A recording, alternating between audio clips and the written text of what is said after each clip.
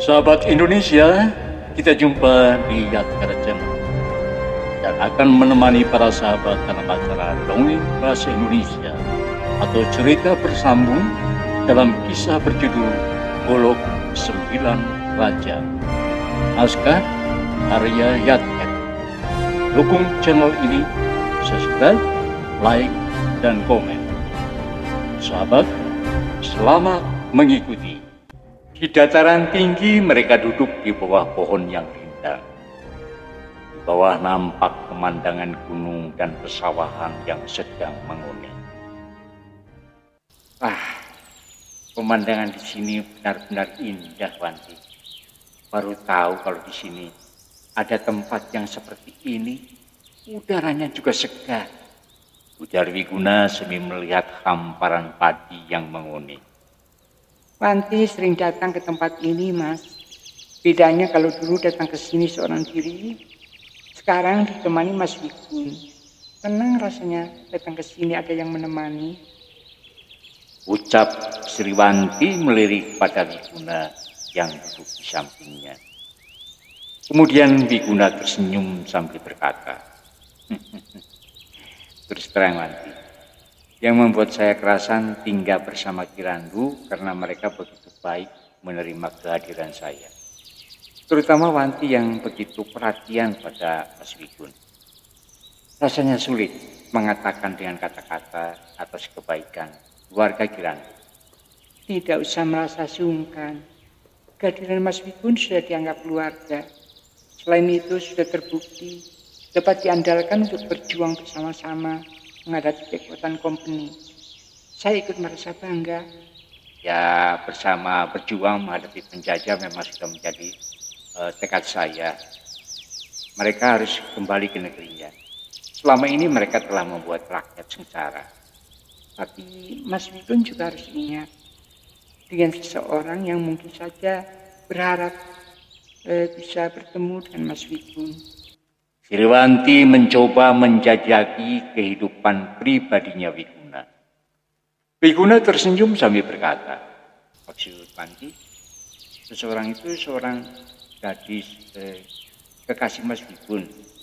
Ya betul, saya hanya mengingatkan kalau memang punya kekasih, ada baiknya sesekali menemuinya. Bagaimanapun juga pasti merindukan Mas Wigun. Terus terang, saya belum mengingatkan diri pada seseorang, Wanti. Lagi pula gadis mana yang mau sama laki-laki yang tidak punya apa-apa? Jangan merendahkan diri seperti itu, Mas Wigun. Saya percaya, seandainya saja mau, pasti banyak gadis yang jatuh hati.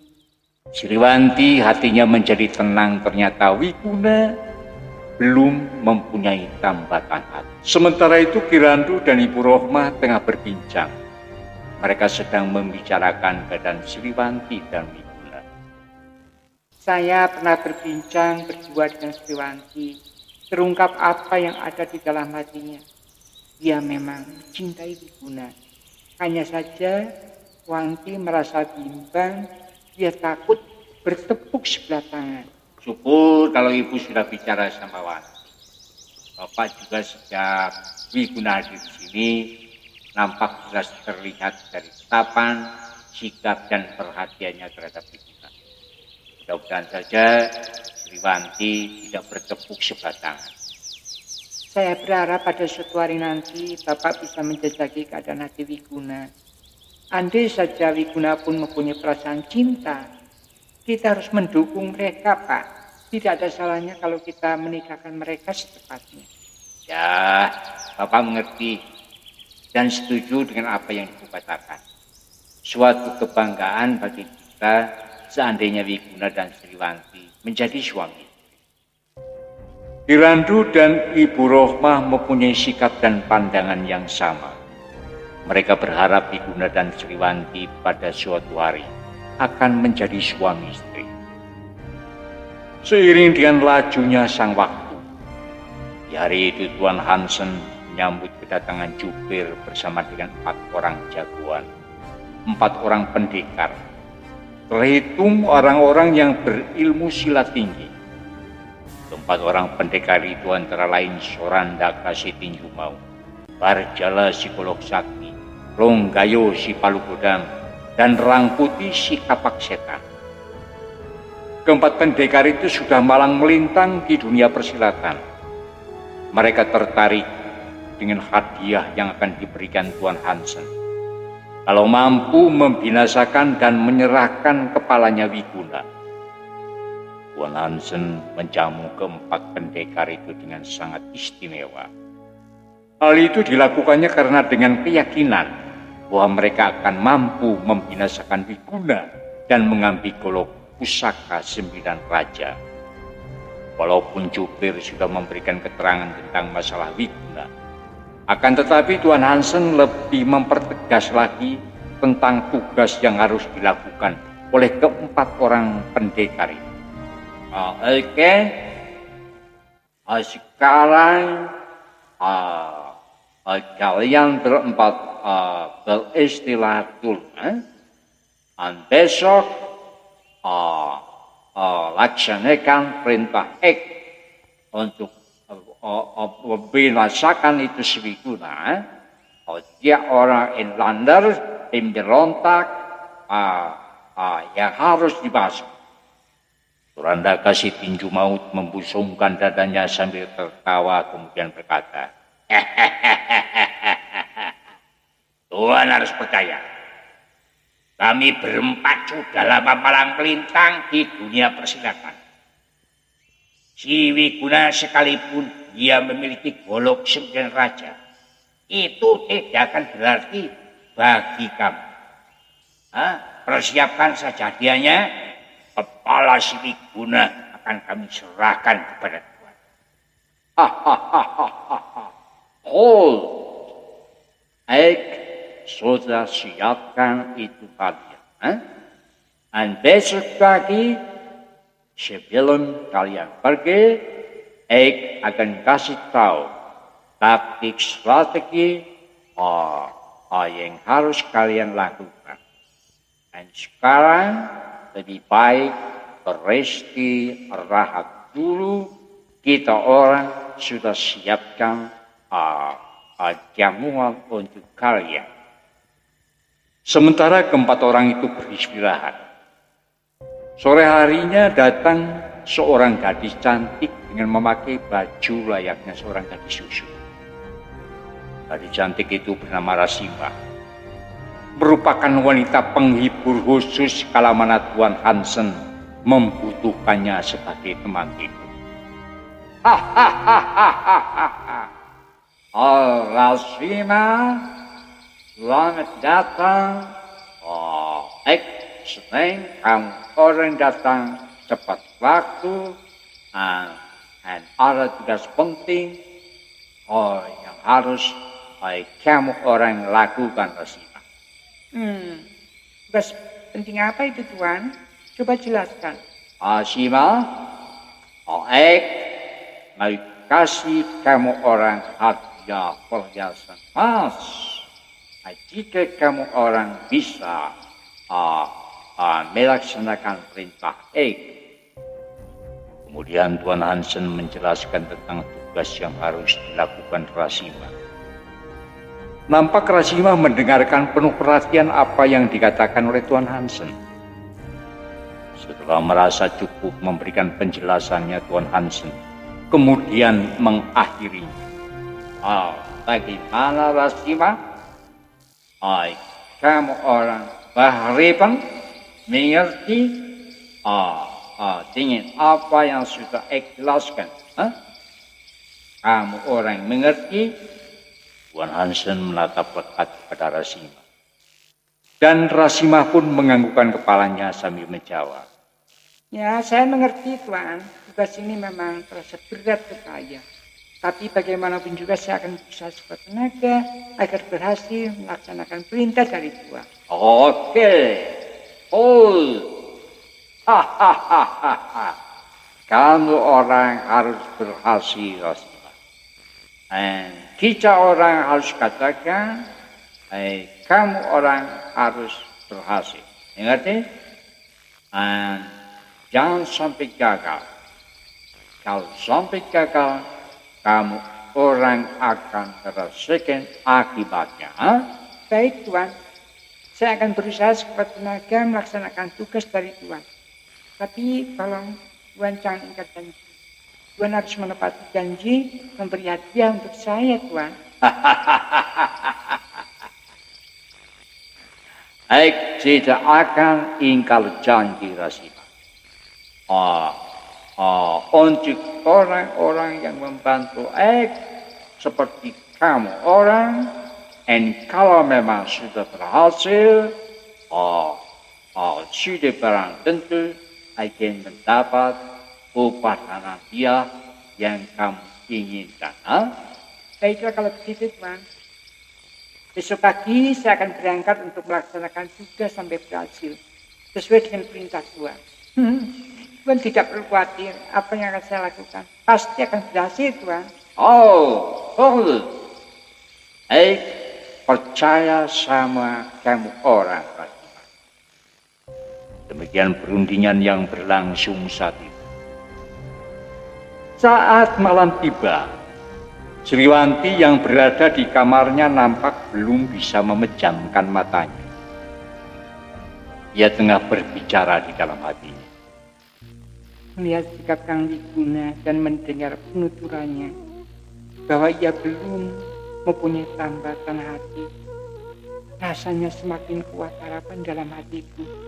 Andai saja saat berduaan Mas Wiguna mengungkapkan perasaannya bahwa dia mencintaiku, betapa bahagianya hati ini. Walau bagaimanapun juga, aku harus sabar menantikan saat itu tiba. Kata itu memang pantang. Seorang wanita mendahului menyatakan perasaan cintanya. Aku memang harus bersabar. Sriwanti menghela napas panjang, mencoba menghibur dirinya. Cintanya terhadap Wiguna semakin tumbuh dan mekar di dalam hati.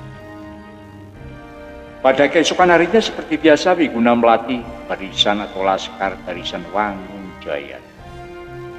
Namun nama baru yang diberikan oleh Kirandu itu mengandung arti kekuatan pemberontak dari Dusun Wangun Harjo yang diharapkan akan berjaya dalam memerangi kompeni Belanda.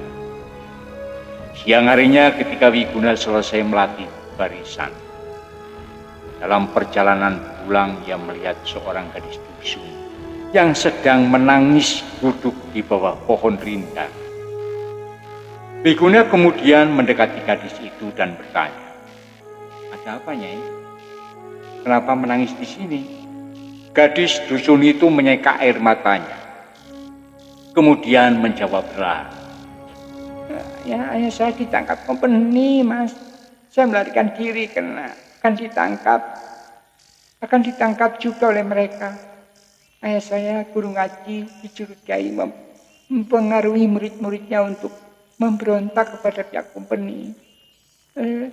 Kang Mas siapa? Nama saya Wiguna. Nyai sendiri siapa dan berasal dari dusun mana? Saya Lasima dari dusun Mekar Asih. Memang agak jauh dari dusun ini. Sedih dan bingung. Sedih ayah ditangkap, bingung karena saya takut kalau pulang sendirian. Nanti malah bertemu dengan kaki tangannya kompeni. Ujar Rasima yang menyamar menjadi gadis dusun, suaranya penuh dengan nada dirundung kesedihan. Wiguna merasa iba. Lebih baik ia mengantar pulang Rasima, pikirnya. Menolong orang yang menjadi korban kesewenang-wenangan pihak kompeni tentu saja menjadi kewajibannya untuk menolong. Kalau begitu, mari saya antar pulang. Jangan Kang Mas. Saya malah jadi merepotkan Mas Wiguna. Tidak usah merasa sungkan, Nyi Rasima. Sudah merupakan kewajiban menolong pada sesama yang membutuhkan bantuan. Ujar Wiguna tidak merasa curiga sedikit pun kalau Rasima sedang bersandiwara melaksanakan perintahnya Tuan Hansi. Rasima menatap lekat Wiguna kemudian berdiri. Mas Wiguna baik sekali. Saat pulang ke rumah ditemani Mas Wiguna, rasanya tidak ada lagi yang perlu saya takutkan. Terima kasih atas kebaikannya. Berjalan berdampingan, Wiguna dan Rasima kemudian meninggalkan tempat itu. Sepanjang perjalanan, Rasima mengungkapkan kebenciannya terhadap Kompeni. Yang ditangkap bukan hanya ayahnya saja, tapi ada beberapa orang lainnya yang dicurigai akan memberontak kemudian ditangkap. Sementara itu Rasima bicara dalam hatinya. Wiguna, sebentar lagi dirimu akan masuk jebakan. Bagaikan ikan yang masuk jaring, sulit untuk melepaskan diri. Sayang sekali pemuda setampan Wiguna harus menjadi musuh Kompeni. Andai saja menjadi kaki tangannya Tuan Hansen, aku rela menjadi teman tidurnya sekalipun. Tidak harus mendapatkan apa-apa. Ketika melewati tempat yang sepi jauh dari dusun, langkah Wiguna dan Rasima terhenti. Ada tubuh yang berkelebat saling susul kemudian berdiri di hadapan Wiguna dan Rasima. 4 orang itu berdiri tegak menghadang. Sorandaka si tinju maut menatap tajam pada Wiguna kemudian tertawa dan berkata,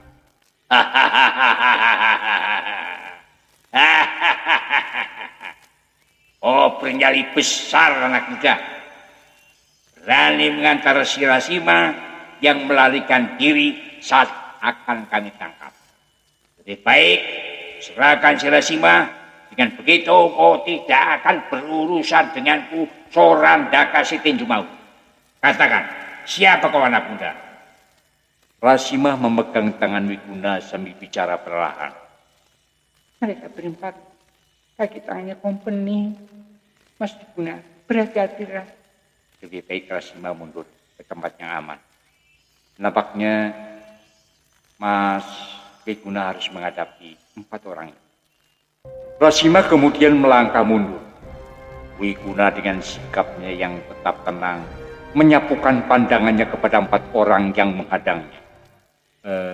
Nama saya Wiguna. Maaf, Rasima tidak akan kuserahkan karena aku bertanggung jawab atas keselamatan dirinya. Sorandaka si tinju maut mengangkat kepalan tangan kanannya, menatap tajam kepada Wiguna dan berkata, Wiguna, matamu memang buta, Kami berempat adalah pendekar yang sudah lama malang melintang. Aku Sorandaka si tinju maut yang akan menghajarmu. Longgayo si Palugodam dan Rangkuti si kapak setan memperkenalkan dirinya. Wiguna mengerti bahwa keempat pendekar bayaran itu harus dihadapinya. Barjala nampaknya sudah tidak sabar lagi ia menghunus goloknya. Kalau si Rasima tidak kau serahkan, berarti kau tidak akan melihat lagi matahari terbit di esok hari Wiguna. Bersiaplah untuk mampus. Barjala, mati dan hidupnya manusia bukan wewenang. Akan kuhadapi apapun yang akan terjadi saat ini. Wiguna bersiap diri. Menghadapi Barjala bukanlah lawan yang enteng. Wiguna sadar akan hal itu. Sementara itu Barjala si golok sakti yang sudah menghunus goloknya, yang berkilat tajam itu berseru maju menyerang. Ampas kau Wiguna, rasakan golokku ini.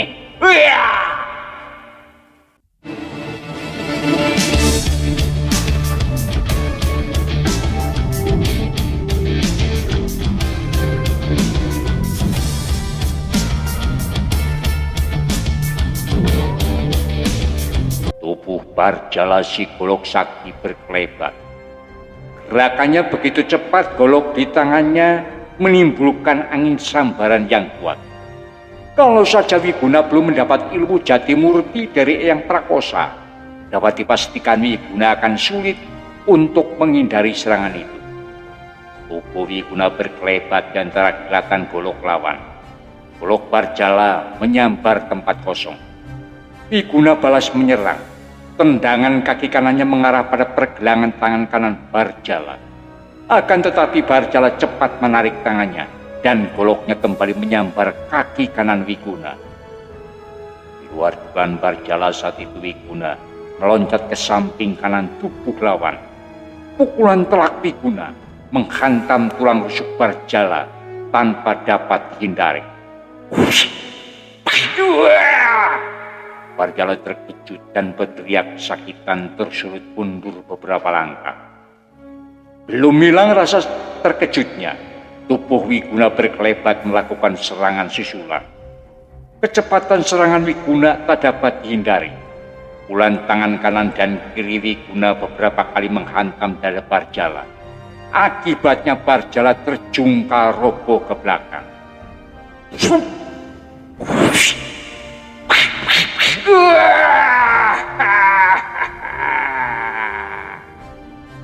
Suranda Kasih Tinju Maut melihat keadaan seperti itu, melihat Barjala terjungkal roboh ke belakang.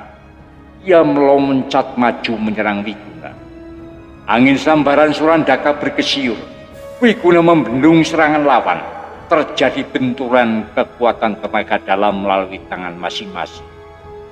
Surandaka tersulut mundur 2 langkah. Sementara Wiguna, kakinya tidak bergeser sedikit pun. Tentu saja Surandaka terkejut bukan kepalang. Padahal selama dia malang melintang di dunia persilatan, setiap lawannya tak ada yang berani berbenturan tangan dengannya, menahan derasnya tinju Surandaka. Melihat keadaan yang berlangsung seperti itu, Longgayo segera bersiap dengan senjata palu besar. Sedangkan Rangkuti juga bersiap diri dengan senjata kapaknya. Saat Surandaka si tinju maut maju menerjang lagi, Longgayo dan Rangkuti pun tubuhnya berkelebat menyerang Wiguna. Saat Wiguna menghindari serangan Surandaka, nampak Barjala pun sudah bersiap diri untuk maju menyerangnya. Wiguna segera sadar bahwa ia harus menghadapi 4 lawan sekaligus. Tidak ada pilihan lain. Ia harus mempergunakan golok 9 raja untuk menghadapi 4 orang lawan. Terkesiap kaget keempat pendekar yang bersiap menyerang Wiguna. Golok 9 raja mengeluarkan cahaya pelangi yang menyilaukan. Tergetar hati mereka melihatnya. Hampir pada waktu yang bersamaan, 4 pendekar itu maju menyerang Wiguna.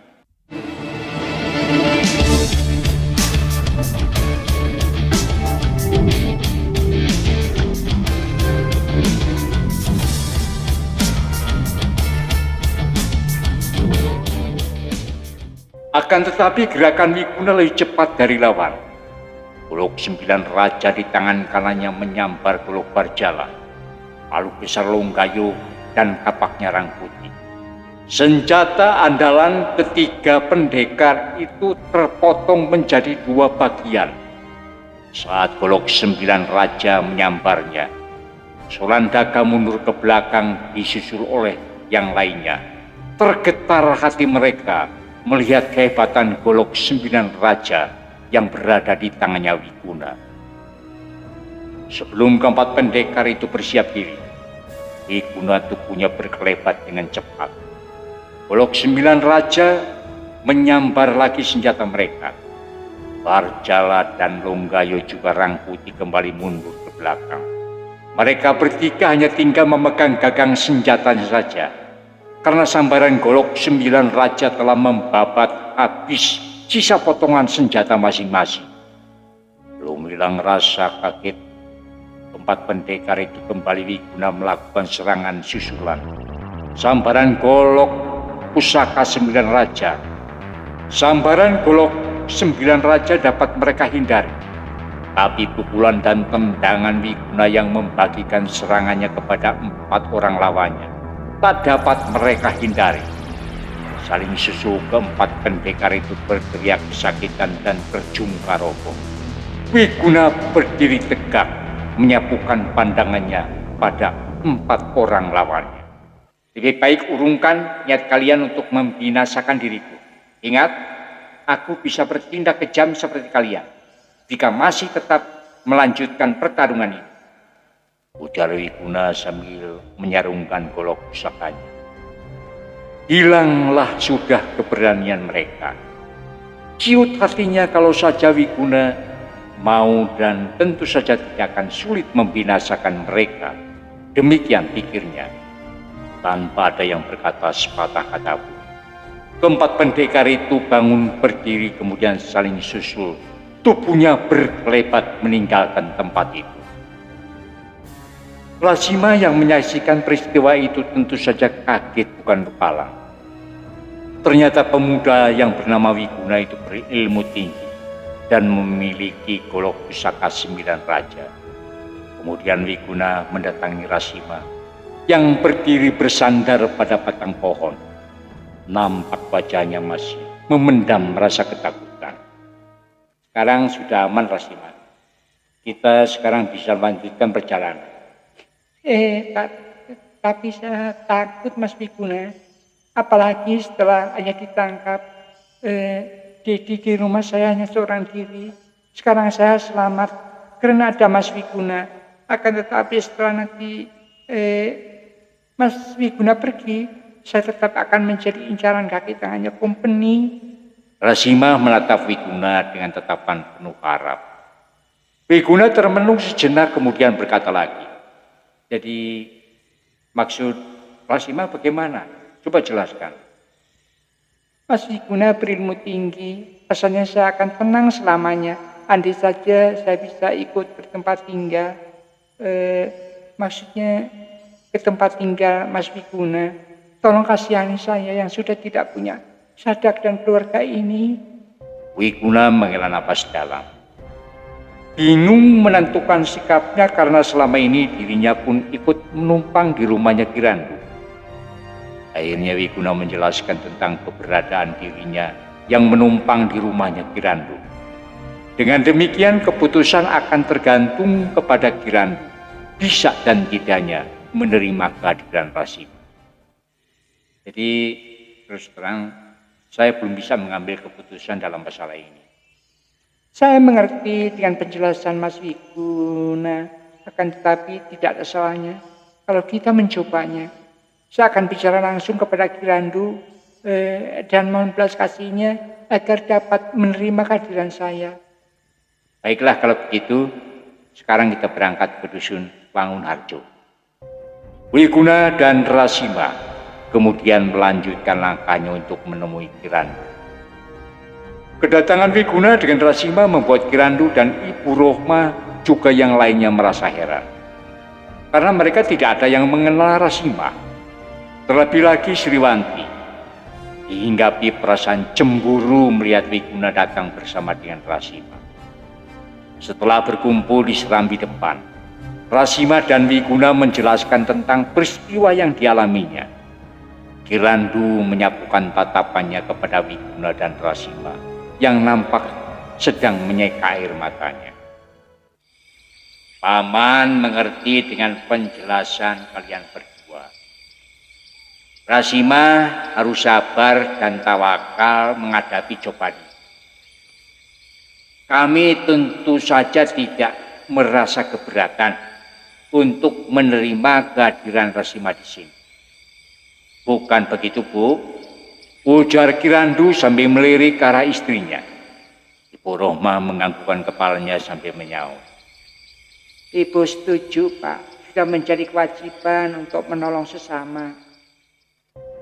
Kirandu kemudian memperkenalkan Sriwanti, Taufik, dan Hakim kepada Rasima.